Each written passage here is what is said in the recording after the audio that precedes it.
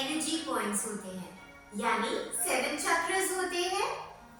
इनमें से कौन सा होता है हमारा हार्ट चक्र, और इस पर्टिकुलर नर्वस पॉइंट को अनब्लॉक करने के बेनिफिट्स क्या होते हैं?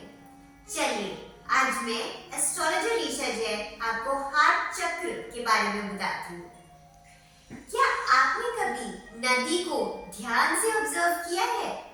The river keeps on flowing continuously. नदी का पानी बहुत सारे रास्तों से घूमकर जाता है, बहुत सारे रॉक से टकराकर अप एंड डाउन होकर जाता है। बट रिवर फ्लो ना तो ब्रेक होता है और ना ही रिवर्स होता है। It maintains consistency. Similarly, हमारी लाइफ में बहुत सारे ऑब्स्टिकल्स आते हैं, बहुत सारे लोग आते हैं जो हमें परेशान करते हैं।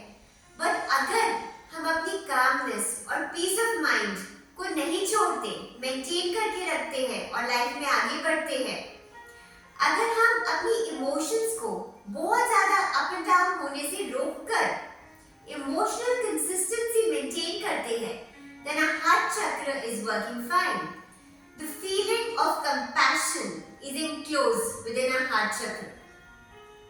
But अगर आप frequently डिप्रेशन में चले जाते हैं, अगर आपको लगता है कि आपका पीस ऑफ माइंड और कामनेस नहीं है, then your heart chakra needs to be unblocked.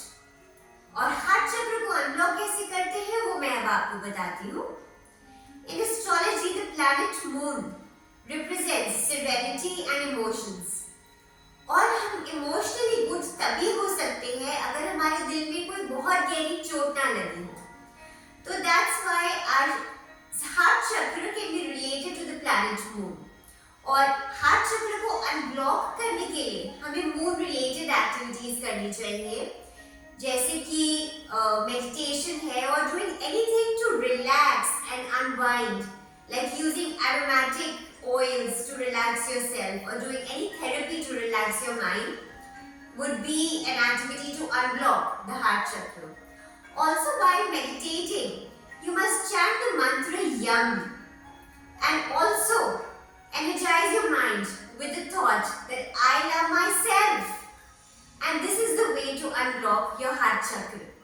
और अगर आप अपनी कुंडली रीडिंग मुझसे करवाना चाहते हैं तो please contact on the number 9911 236 555। नमस्ते।